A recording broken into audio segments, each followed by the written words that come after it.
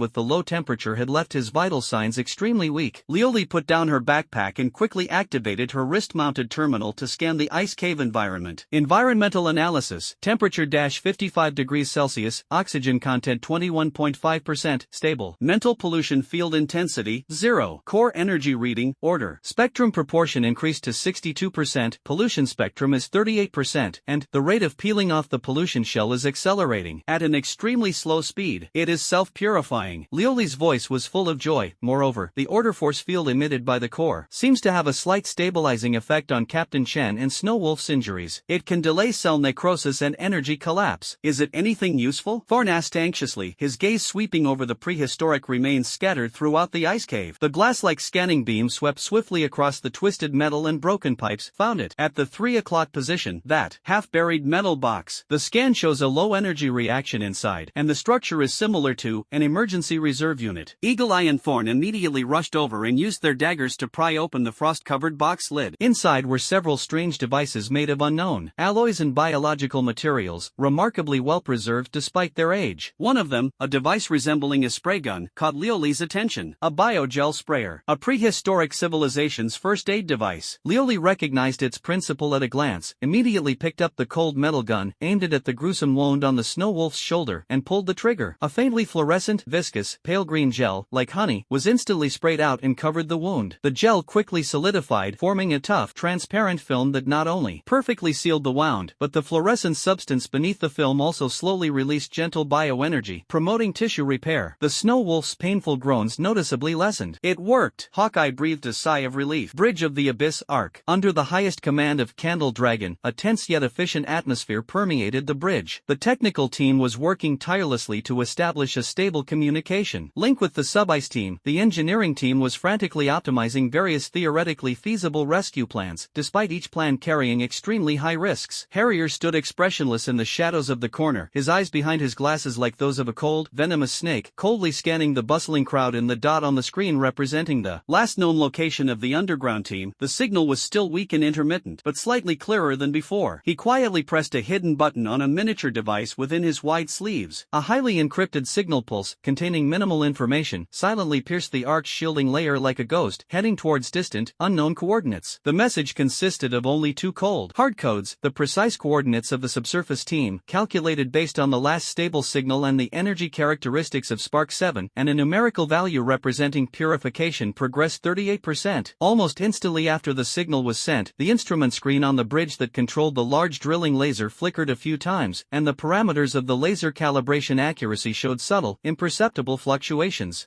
There's an unknown deviation in the drilling laser calibrator parameters, a technician reported, frowning. We're investigating the source of the interference. The captain frowned, glancing at the seemingly calm Harrier in the corner, a sudden sense of unease rising within him. But at this moment, the rescue mission was paramount. Prioritize establishing communication links. Calibration issues will be investigated later. Continue trying to contact Chen Mang. Inside the ice cave, a brief moment of respite. Chen Mang remained in a deep coma, his vital signs as faint as a candle in the wind, each weak breath tugging at everyone's hearts. Thanks to the stabilizing effect of the biogel, Snow Wolf was temporarily out of the brink of danger, but remained weak. Under Lioli's guidance, Thorn and Eagle Eye were busy repairing another prehistoric device, a small generator that could potentially be used for an energy shield. The atmosphere of despair had not completely dissipated, but the golden light and orderly force field emitted by Fireseed 7 at the center of the ice cave, like a lighthouse in the darkness, brought a faint hope and a strange peace. Huagang knelt beside Chen Mang, carefully wiping the bloodstains from the captain's face with a clean cloth dipped in melted ice water. His mechanical, prosthetic limb, covered in ice crystals, unconsciously rested lightly on Chen Mang's cold wrist, as if trying to transfer a bit of strength. Just as he was focused on protecting Chen Mang, a strange tremor ran through his body from the point of contact between his mechanical prosthetic limb and the ice surface. The pervasive chill of the ice cave seemed to sense some kind of summons, converging on him in wisps. It wasn't forcibly drawn away, but rather flowed naturally like a gentle stream, merging into his ice crystal-covered mechanical prosthetic limb. Simultaneously, the faint field of order emanating from the core of Spark 7 seemed to find a point of resonance, also quietly seeping in. Huagang's body jolted violently. He felt that the stubborn azure ice crystal power remaining in his body was no longer a foreign object that barely coexisted with the mechanical prosthetics, but rather blended seamlessly with the cold metal and his will. An unprecedented sense of control welled up within me. His mind stirred slightly, centered on him. Within a radius of about 2 meters, the frost on the ground seemed to come alive, instantly becoming crystal clear and incredibly smooth, emitting a soft and stable cold light that illuminated this small area. At the same time, a pure, icy aura imprinted with Huagang's will spread out, forming a miniature force field invisible to the naked eye but clearly perceptible. Within this ice soul domain, the temperature was precisely maintained at approximately -20 degrees Celsius, making it more suitable for the recovery of the wounded than other areas of the ice cave. Oxygen molecules in the air seemed to be attracted by an invisible force, their concentration slightly increased, making breathing easier. A flexible energy barrier with extremely cold properties flowed like water. Although it was not as strong as Chen Mang's Starflame barrier, it was enough to withstand ordinary stray bullets or energy aftershocks. Huagang stared incredulously at his mechanical prosthetic limb, then at the small area beneath his feet, which he controlled with his will. This wasn't a violent outburst of power, but a heartfelt act of protection, a resonance with his environment, a sense of control. Huagang, you. Luli was the first to notice this strange change, and her eyes widened in surprise. Iron Hand, Thorn, and Eagle Eye's gazes instantly converged. They looked at Huagang's mechanical prosthetic limb covered in ice crystals, their eyes then shifting to the area beneath his feet that emitted a soft, cold light and exuded a completely different aura. They also noticed that Chen Mang seemed to have stabilized his breathing slightly in this area. In this despairing abyss of ice, it was as if a faint flame was quietly igniting on Huagang's body. Huagang raised his head, his bloodshot eyes still holding the deep-seated grief, replaced by an unprecedented composure and resolve. He glanced at his wounded teammates, his voice low yet firm, carrying an undeniable strength. The captain needs time. Snowwolf needs time too. Liuli, continue studying the core and find a way to speed up the purification process. Iron Hand, guard the entrance and the area above. Thorn, Eagle Eye, you two hurry up and repair the shield generator. Leave the oxygen and temperature to me. His words were concise and powerful, as firm as a rock. In this desperate situation, the panic of losing their leader was instantly dispelled by this sudden pillar of support. Iron Hand gave Huagang a deep look, a barely perceptible hint of approval flashing in his cold eyes, then nodded heavily, his figure standing tall like an iron tower, moving towards the only entrance crack in the ice cave, his high frequency vibrating. Gauntlets poised to fire. Thorns and Eagle Eye also seemed to be infused with new life, focusing even more intently on repairing the equipment. Huagang's gaze returned to Chen Mang. The ice crystal patterns on his mechanical prosthetic limb shimmered with a gentle light, maintaining the small ice soul domain. At this moment, he was no longer the silent follower, but had taken on the heavy responsibility of protection. The torch, in this desolate icy abyss, had been passed on for the first time to this silent warrior. However, this brief peace and hope is destined to be fragile. Hiss, hiss. A chilling, slimy dragging sound echoed across the ice, accompanied by a low, greedy roar, like the death knell of hell, faintly emanating from the dark ice crevice outside the entrance to the ice cave. The sound grew clearer and more numerous as it approached. A muffled roar suddenly echoed from the top of the ice cave's dome, causing the entire cave to shake violently, and countless tiny ice spikes rained down. A blinding red laser beacon, like the eye of a demon, pierced through the thick ice layer and precisely projected itself onto the Fire Seed 7 ice wall in the center of the cave, which emitted a golden light. Instantly, the entire ice cave was stained with an ominous crimson hue. The Deep One's Gravedigger force, attracted by the energy fluctuations of order released during the purification process of Spark 7, has already besieged the city like hyenas smelling blood. The Ravens airdropped burrowing beacons, like the seal of death, firmly locked onto their location. A new round of encirclement and attack is descending with even greater ferocity the moment Huagang ignited the flame of protection. Huagang abruptly stood up, his ice crystal-covered mechanical prosthetic limbs instantly emitting a chilling light. He strode forward, blocking the path of the unconscious Chen Mang and the golden core, like a giant wolf guarding its territory, his gaze fixed on the surging, viscous darkness at the entrance and the blinding crimson beacon on the dome. His icy voice, like the scraping of steel, echoed throughout the ice cave. Trying to harm the captain? Trying to destroy our hope? You'll have to step over my dead body first. Ice Soul Domain, activate. The soft, cold light instantly turned fierce, the Ice Soul Domain expanded violently, and the chilling air surged towards the entrance. Like a raging torrent, the Fire Seed prison at the deepest part of the ice abyss instantly became the final, bloody battlefield. The crack at the entrance to the ice cave has now become a grinding wheel of flesh and blood leading to hell. Accompanied by a sickeningly sticky screeching sound and greedy roars, the first wave of deep quick-diving gravediggers surged through the narrow crevice like a black tide, rushing madly into the ice cave. They came in all shapes and sizes. Some were giants covered in heavy bone armor and wielding bone hammers, others were deformed creatures with twisted limbs, spewing a ghastly green corrosive slime. The only thing they had in common was their skin covered in scales and slime, exuding a foul stench and an aura of chaotic energy. Fire! Stop them! Huagang roared like ice shattering, standing at the forefront of the defensive line, his mechanical prosthetic limb covered in ice crystals crashing to the ground. Centered on him, the ice soul domain, with a radius of 5 meters, instantly expanded to its limit, and the biting cold air rushed towards the entrance like a raging wave. The first few gravediggers slipped, the frost-covered ground as smooth as a mirror, and they instantly lost their balance. Countless sharp ice spikes suddenly solidified at the edge of the domain, spraying out like a torrential rain, piercing the gravediggers' relatively vulnerable joints and eye sockets, stirring up a stench of dark green blood, accompanied by painful roars. A semi-transparent barrier of cold energy instantly formed in front of the domain, with icy blue ripples flowing within it. Several ghastly green, corrosive sludge slammed into the frigid energy barrier, producing a piercing corrosive sound, followed by billowing dark green smoke. The barrier trembled violently, its icy blue light flickering intermittently, yet it remained resilient and unbreakable, firmly resisting the deadly corrosive liquid. Well done! Thorn roared, his blaster unleashing a furious beam that precisely shattered the skull of a gravedigger whose eye had been pierced by an ice spike and which had staggered to the ground. Eagle Eye, meanwhile, moved like a ghost along the edge of the field, each sniper beam piercing through a mutant attempting to flank or spitslime whenever it fired. Iron Hand stood guard on the flank of the domain like a gatekeeper, his high-frequency vibrating gauntlets like an invitation from the Grim Reaper. Any gravedigger who tried to bypass the domain or break through the barrage of fire was approached by him with lightning speed. The gauntlets emitted a shrill whistling sound that tore through the air, either smashing skulls or snapping spines, ruthlessly and efficiently reaping lives. Huagang's domain became the team's most solid bulwark. Like a core node on the icy plains, he precisely manipulated the cold currents, sometimes freezing ice walls to slow the giant monster's charge, sometimes detonating a rain of ice spikes to cover dense areas. The cold energy barrier withstood the onslaught of corrosive liquid in bone hammers. The entrance to the ice cave was instantly piled high with the mutilated corpses of deep ones, their dark green blood freezing into eerie ice sculptures in the extreme cold. However, the number of gravediggers was simply too great. Undeterred by death, they trampled over the corpses of their own kind, charging relentlessly. Cold sweat beaded on Huagang's forehead, the icy patterns on his prosthetic limbs flickering in and out of focus. Each expansion of his domain, each condensation of ice spikes, each block of the barrier, all were frantically draining his physical and mental strength. The domain began to shrink visibly, from 5 meters to 4 meters, then to 3.5 meters, and the light of the ice crystals dimmed considerably. Huagang, hold on! Luli's anxious voice came through the phone. She was crouching beneath the ice wall of Fire Seed 7, rapidly operating the newly repaired prehistoric shield generator, a multifaceted metal device the size of a soccer ball. A faint blue light shone from the device's surface, and a pale, blue hemispherical energy shield quickly unfolded, barely enveloping the unconscious Chen Mang, Snowwolf, and herself. Although the shield's range was extremely small and its energy fluctuations were far less than at their peak, it at least provided an extra layer of protection for the weakest of the wounded. Just when the ground defenses were on the verge of collapse, boom! An even more violent explosion erupted from the ice cave's dome, shaking the entire cavern as if struck by a magnitude 10 earthquake. Countless massive ice blocks crashed down like meteorites. A horrifying crack appeared at the center of the ice dome, stained red by the raven burrowing beacon, resembling a grotesque centipede, and rapidly spread outwards. Fine ice crystal dust cascaded down like a waterfall. Bunker bombs! They're targeting and bombing. Hawkeye's eyes widened in horror. While dodging falling ice, he fired at the dome in an attempt to disrupt the beacon, but with little success. A massive ice block the size of a car slammed down near the edge of the prehistoric shield, smashing a nearby metal relic to pieces. The shield trembled violently, flashing with blue light. Lioli's face turned deathly pale as she frantically steadied the generator. The team was truly in dire straits. Ahead lay the endless, frenzied onslaught of the gravediggers, and above them, the ice dome was on the verge of complete collapse. Huagang's domain teetered on the brink of collapse, and Iron Hand and the others were desperately trying to keep up. If the dome were to completely crumble, or the domain to shatter, they would all perish within. Bridge of the Abyss Arc. On the main communication screen, the piercing alarm blared amidst the roar of intense battle, and Huagang's hoarse roar came through clearly. Hold on, Iron Hand, left, Hawkeye, beacon, take it down, glass, shield, captain. The background is filled with the terrifying roars of gravediggers, the furious roars of blasting guns, and the deafening sounds of ice shattering. The captain and all the technicians were on edge, their throats taut as they stared intently at the rapidly fluctuating curve on the screen representing the lifeline of the sub-ice team. The communication link is stable. It's Huagang's channel, the technical officer shouted excitedly and anxiously. Bring it in. Quickly, the captain roared. Before the captain could speak, an aged, calm yet imbued with supreme authority cut in on the communications, drowning out all the noise. This is Candle Dragon. Ice subsurface team, immediately report your specific situation, location coordinates, and the core status of Fire Seed 7.